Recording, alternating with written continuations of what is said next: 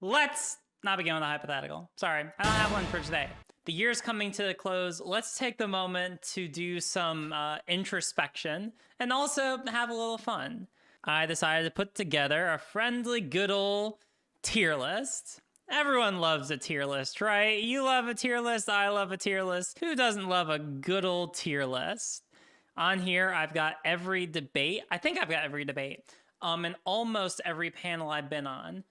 So basically, this is like all of the debate, like every debate that I've had over the course of this year. 2020 almost over. Yes, it is true. Maybe, hopefully, 2021 will be better. 2021 will be better. I don't know. But like, hey, we had some fun this year, and I'd like to be able to think about some of the fun that we've had. God, where the fuck do we begin?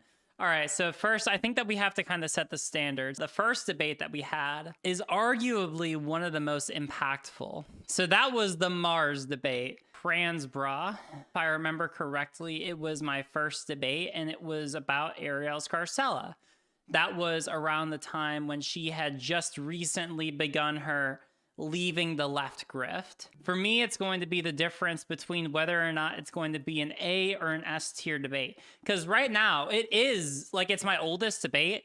It's still my highest performing. Yeah, that's where we got turfisaslur.com. Anarcho Wiener made the meme video about it. Okay, do you have any examples of this? Do you have any examples? How about go to turfisaslur.com and you'll be... Go to turfisaslur.com. Yeah, Are you there. serious? Yeah, that's where that comes from. What I'm thinking is basically I'm going to evaluate this in the same way that I evaluate all rhetoric or all rhetoricians, which is to basically say that I look for two qualities primarily. So the first criteria I usually look for in someone is credibility. How credible is someone, and how credible do I look versus the other person? And then the second quality that I'll usually look at is likability. How much despite how credible that person may seem, how likable do they seem to me? There are some of these debates where I feel like I do some better than others. There's some where I feel like I do both exceptionally. So with Mars, I'm gonna have to say A tier, not S tier. And here's the reason why. Even to this day, and mind you, I do still get comments. Like, I still get a lot of comments saying, oh, Riley, you are so mean to Mars. I think that you were just totally fucking unreasonable. I don't think that I just think that you treated him uncharitably. I think you did too much research and you didn't give him any good opportunity to be able to speak for himself. I think that my better debates have been the ones where any reasonable person from any background will be able to watch it, and unless they are so biased against me, that there's literally nothing in the world I could say that would otherwise convince them, that, you know, I probably could have rhetorically performed better in that regard. Now with Mars, I prepared basically in the way that I would prepare to cross-examine someone, right? Where I had a lot of prepared material, I was ready to cite to literally everything that I went over, and I buried him into the dirt, right? Like I crushed him, right? Likability versus credibility. Credibility, oh yeah, through the roof. Because it's like I knew my shit, I could cite to literally everything, I nailed it on the dot, perfect, on point. Likability, probably like a 3 or a 4. Maybe even less than that. It really depends on who's watching, right? I'm talking about someone who is broadly disliked by everyone. You can be likable and come across and really hammer into someone if they are like trying to defend such an unlikable person or idea that the audience would reasonably expect you to. So I don't want it to come across that like, oh, just because I was mean, that means I was unlikable, because that's what the audience may expect from me. Still great debate, one of my favorites. All right, next after that, I had Zoomer Nation. So the debate was Zoomer Nation. It was more of like, I mean, like, you know, it was more of me just trying to learn about like various left ideologies. Like, it was like kind of like me, like it was during my phase where I was like on the learning curve trying to figure out a lot of stuff about the online left. What I'm thinking is like basically, so likability, like I basically went in like I was likable, sure, probably like a 4, but like credibility, like I barely knew anything. Sure, I came across good faith, so like people would trust me, but I'd give myself like a 2 or a 3. So I'd probably give myself like a 5 overall. Is that, I'm going to say, do I want to say that's like my worst debate ever? It's certainly one of my least memorable. I think I have to say D tier. Maybe there's also just like an element of like not very watchable. Like not a lot of people would want to watch that because it's not like I'm going in and I'm so much like challenging the position so much as I'm like learning. After that, let's see. Then we had, oh shit. This is interesting. A little bit of small trans YouTuber history. Soon after I had this debate and it started getting more viral, and I mean like it's still talked about, so that's cool. But like very soon after this one, other people started commenting, and someone who is now larger than me made a video about it. Moe, who at the time, I can't remember if their channel was Moe, but nowadays they go by, you know, their channel goes by CopsHateMoe. Now you all might disagree with me on this or not, but like, I think that this was I actually think that this debate with CopsHateMoe, I think that this was better. I'm gonna put it in S tier. I think that was one of my best debates, hands down. I guess that's usually, so like if I give a 5 on likability, that's when I would give a 5 on likability, is like if I'm able to sell my idea and I'm actually able to convince the other person. That's an S tier debate right there. So I think, yeah, I think I have to put it S tier. Basically, if I'm able to make my points, I'm able to actually convince the other person I'm arguing against, I'm probably going to give it an S tier debate. All right, let's see. What was after that? Then we had the electoralism one. I don't know. I just don't have as much of like a great vibe towards this one. I don't think that I did poorly, but I didn't think it was like anything amazing. It's basically a discussion of like different ways to be able to affect political change, right? I defended reformism and I was arguing against someone who was like a revolutionary. Like I'm not married to any like particular political ideology or strategy or whatever. I'm married to whatever works the best. I am of the impression that there is meaningful change that can be accomplished through the legislative process. So that means I'm going to naturally not take as revolutionary or radically different, you know, radical of a position politically, right? I'm not advocating for people to not like explore those ideas because I could be wrong. That's essentially, you know, why I do the things that I do and why I tend to focus on social issues, because that's something that broadly most people can agree on, right? I think I'm just gonna put it like C tier. Like it's an okay debate. It's just not like my most memorable one. Next up is Janae or Marcy. It was one of those two.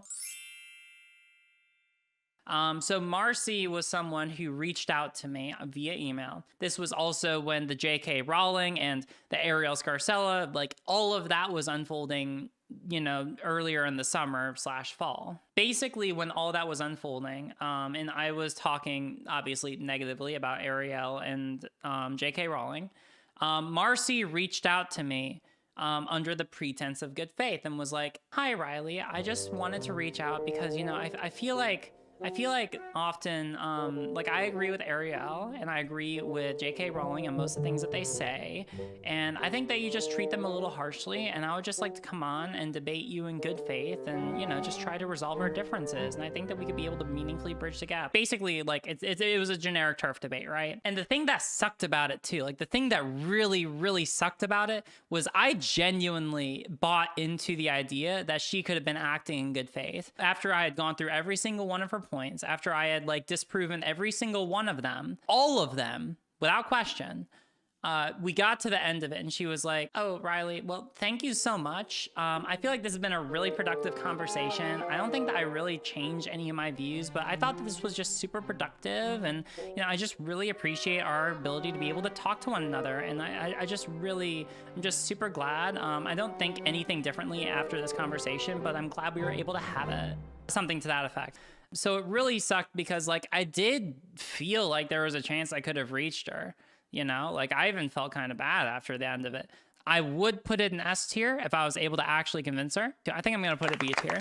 Actually, no, hold on. I think I have to go back and I have to change up some of my considerations. I'm changing my mind. I'm moving Moe down to S tier. I think I also have to have a consideration, if I want to be honest to y'all, of like entertainment value. Now we come to raised surfaces. Let's go over some history. Once upon a time, there was a YouTuber called Janae Rose. She is a much smaller trans YouTuber who had a decent relationship with me, like as YouTubers, for a little bit, you know, like we would message, we would DM. I think I had Janae on one point to talk about, like to have like a decent discussion about how it's hard to have people who come from positions of poverty in prominent positions in BreadTube, which is a real issue, right? Like there's very little representation of people who come from positions of poverty because it's very hard to be able to perform well, which sucks because that's kind of a blind spot that we miss. But anyway,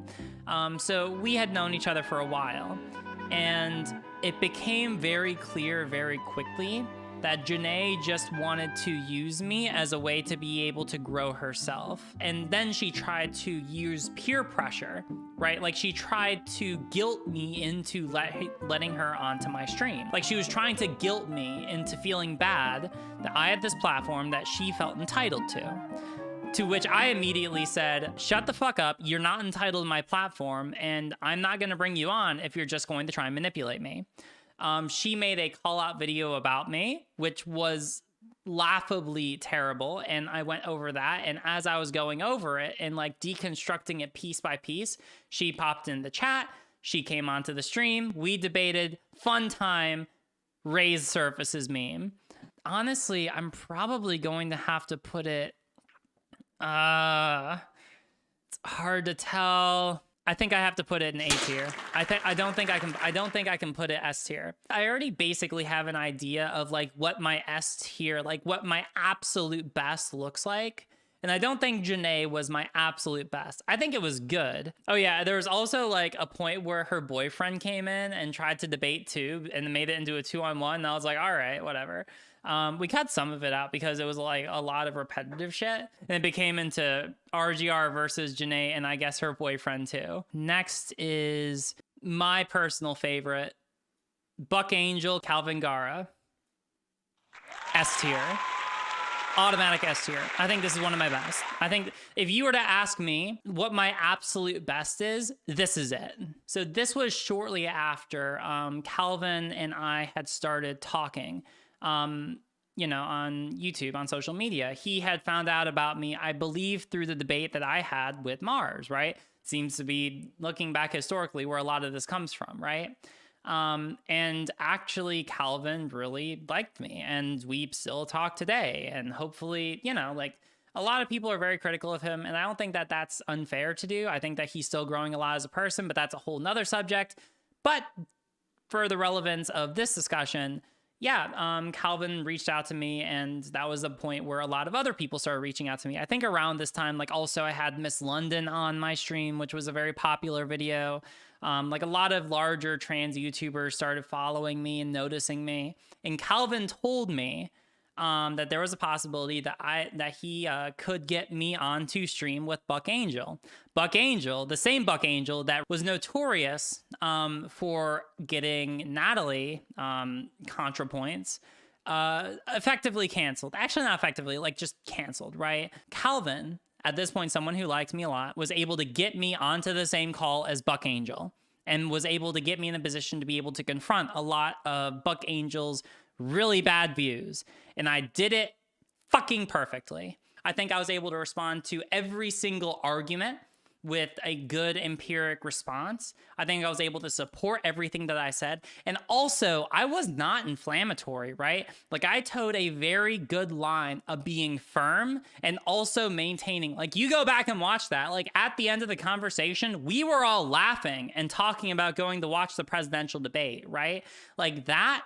And especially the fact, like, just consider that I debated Buck Angel and I didn't get canceled for it. I was able to toe the line where he liked me at the end of it. And we still message to this day, not as often, but we still do, where he was able to like me afterwards and I was able to not get canceled by my audience. That's a perfect debate. That's my favorite one, period, full story. Next is, and this is going to be hard.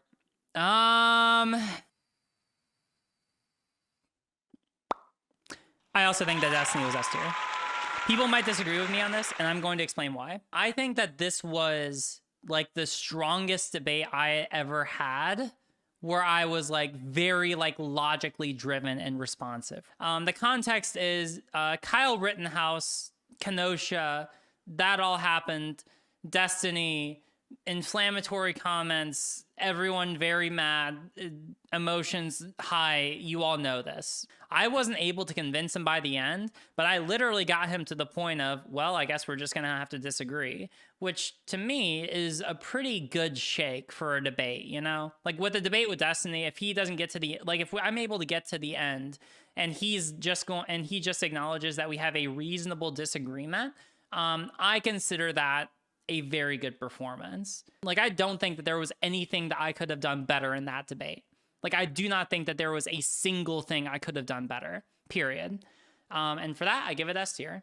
Let's see, Dylan Burns arc. All right, so there's 3. I don't know. I think I'm going to have to put it. So like the third Dylan Burns panel, that was the one about Trump v. Biden. That was also the one that Destiny was on. Basically, Destiny went on there and it was a tough panel. Like that was actually like a pretty substantively tough panel. And the reason why was because a lot of the opposition, while, I don't know, like this is something that is very common, like with what conservatives will do. Instead of conservatives actually making affirmative arguments on their own, what they will usually do is try to either like present like crazy conspiracy theories or just poke holes in the opposing arguments, right? Like there was a bit of like, I had some nerves in me. If you watch like the beginning of like my video, I was like a little shaky when I was introducing it. So I'm not going to say that like it's an S tier, but I do, it's either, this is either going to be like A or B. I think I'm going to put A. Because like it was like I got a lot of messages after that saying that like it was like a really good performance. And also the day after, Destiny just messaged me and was like, hey, you want to come on stream? And I was like, fucking sure. So I felt like that was really good, got a lot of good out of it. And probably one of my favorite panels. Oh, the other panels I didn't like as much. Not because I don't think that I performed well in them. So I would probably give them, I think I'm going to give them both like B tier. I think that they're both good. Like if you want to watch them, they're okay. Both of these, I feel like they're very similar. I don't know. They just have like a very similar vibe in my head. Like they're all right. I did well in them. But like, I feel like this one was markedly better and I wouldn't give this one S tier. So I'm going to put them both in B tier. Now we're down to the final 2 debates. So the one where I debated the trans Trump supporter, S tier. I would say it's an easy S tier. Basically, all of my S tier debates, as I'm seeing it right now, have one thing in common. I make all of my points perfectly. The content is entertaining. And also, I'm able to basically, if not completely, convince the other person of my views. Like, meaningfully reach them. I just was like very, very like chill. I was very conversational. A lot of the times, you know, he came in and was like, hey, I don't know a lot. Hey, these are my views. And I was like, all right, that's fine. You know, that's all good. I'm not trying to pressure you. I'm not trying to like, you know, I'm not trying to like, yeah, bully you or whatever. I'm, you know, let's just tell me why you believe the things that you do. And we just walked through it bit by bit by bit. Right. And by the end of it, he basically had sold me on the idea that I had meaningfully reached him. And I felt like I had actually meaningfully made an impact in this person's life. The reason why he had the political views that he did, by the end of the conversation, if people remember, was just because all he knew about politics, because remember at the time I was streaming ESO, like I wasn't like streaming politics, I was just streaming gaming and research, right? And so he was looking for like a gaming channel. He was looking for an ESO streamer and he just happened to wander into my chat and also be a trans Trump supporter. Lots of things that happened to line up, right? But basically all he knew about politics was he knew that there was Trump and he knew that there was Biden, and otherwise he didn't know a whole lot. And the thing that he cared most about was which aesthetically looked like the stronger leader. And that was it. I think that we tend to forget that there are a lot of people in America and broadly in the world who just don't know that much. I would recommend that everyone in my chat go and watch that video. Like that is probably like that, the Destiny and the Buck Angel, easily my top 3 favorite debates as far as how I performed and how I would want you all to perform in debates going forward. Like, is it sometimes good to be able to like really dunk on people and like humiliate them in front of chat? Like, sure, yeah, that can be fun, that can be useful to some degree, but like those are debates that can teach you how you should act with other people. That brings us back to the last debate, Manimalian. So Manimalian and also the most recent debate with the person who like criticized me, basically both of them can be categorized with the like both of them basically had like the same kind of vibe, right? You all know the documents that I made for research, right? This is the one that I used with Manimalian, right? The trans predators doc, super well researched, super well organized. You can basically be able to go and immediately just like glance at this and have the exact kind of information that you want. It is ideal if what you're trying to do is debate someone and you want to have information as quickly as possible, right? Like if that's what you want, then this is a good format. And I'm glad that we tried it. I'm glad that we put together some research docs in this format to try it out. When you do that, and you're arguing against someone who just doesn't agree with your sources, like literally, I cited the American Psychological Association, the World Health Organization, the Canadian Institutes of Health Research. Like I cited everything to Manimalian, and Manimalian was just like, nah. Like there are some people, like I think that we have in our idea, and mind you, most of the time to be able to have that information easily on hand is good if what you're trying to do is to dunk on people. If that's the purpose of what you're trying to do, then yeah, like those kind of documents are good. But this debate, for as fun as it was, and there is entertainment value in it, was I able to convince Manimalian? No. And there's literally nothing that I will ever be able to say in my entire life to be able to convince him. Like I am absolutely so, like there is literally nothing. I forced him into a corner and forced him to say that, yeah, he would check people's genitals to determine what gender they are, right? Let's go through the 5 criteria. 5 out of 5 on credibility. Did I have entertainment value? Yeah, no, it was pretty entertaining. Like it was pretty good. Was I likable in that sense? Probably not. I got about like basically this debate vibed in a very similar way to my debate with Mars.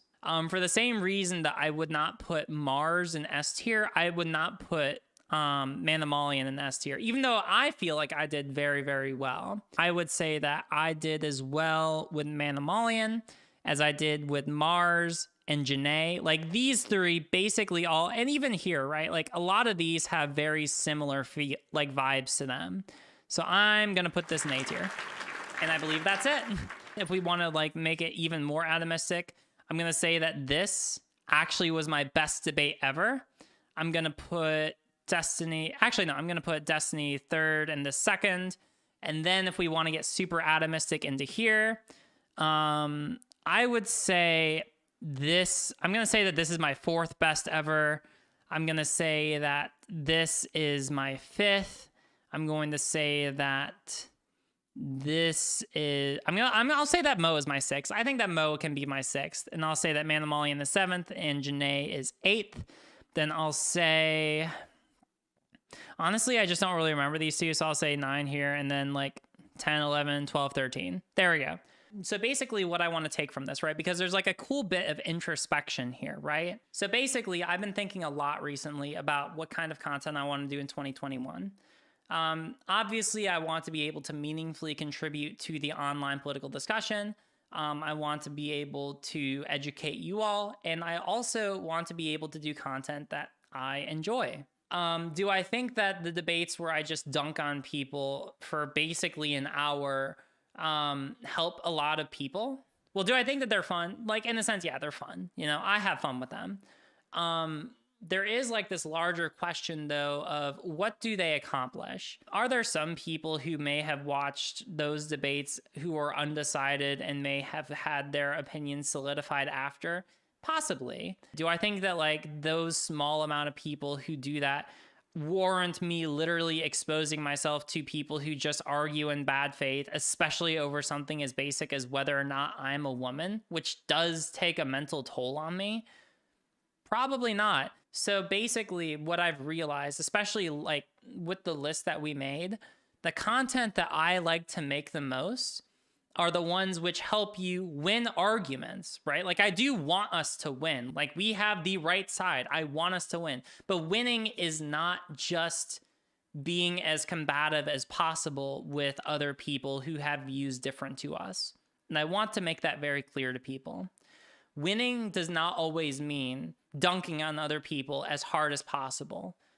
To me, what I think that winning is, and where I think that we have had some of the greatest victories in this channel over this year, has been where we have been able to win over people, either who have no opinions on various issues or who had different opinions from us. Now, it's a lot harder, and I'm not going to spend nearly as much time trying to necessarily like de-radicalize people, because that is really hard to do. But what I do think is that there's a lot of merit in being able to teach you what is, the arguments so that you are the most credible, but also the rhetoric skills that you need to be the most likable. The right does a really good job of doing the latter and not the former. They do a really good job of optically looking very likable, very presentable, very professional. They have the suits and the ties, and they don't look like skinheads. They look like professional, like educated people. They're able to pull off an aesthetic of looking credible when we know that they're not, because they're wrong. We need to be able to play both of those games well. And so that's what I'm going to do. I'm not going to engage with people who are acting in bad faith, because I don't think that it is going to be nearly as productive for my time, either personally for my mental health or for you all in learning how to be able to deal with that. Now, you will have the arguments and the evidence to be able to deal with bad faith actors on the internet, because they do exist out there, and I want to prepare you on how to deal with them.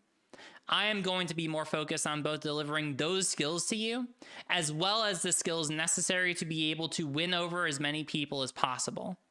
Because those, I believe, are where the most meaningful change can be made.